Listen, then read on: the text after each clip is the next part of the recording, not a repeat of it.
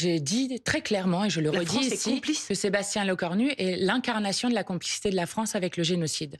Lorsque vous avez... Le Premier ministre, Sébastien Lecornu, est l'incarnation, dites-vous, de la complicité du génocide? Puisque c'était le ministre des Armées qui avait affirmé qu'il n'y avait aucune arme qui était vendue à Israël et que depuis, par exemple, des confrères de Disclose, donc des journalistes qui ont fait des enquêtes très précises sur cette question, ont montré que la France avait livré je cite, un flux continu d'armes vers Israël, notamment des composants de fusils mitrailleurs qui ont été utilisés à Gaza. Donc, je le répète, Sébastien Lecornu a menti et il aurait dû demander, comme l'exigeait la hauteur de l'histoire et du moment historique que nous sommes en train de vivre, décréter un embargo total sur les armes, comme d'ailleurs d'autres pays l'ont fait, et cela aurait été se battre pour le droit international et refuser d'être, d'une manière complice du génocide qui est en cours. C'est très fort ce que vous êtes en train de dire. Oui, j'ai conscience de ce que je dis, qui est très fort, mais je le redis.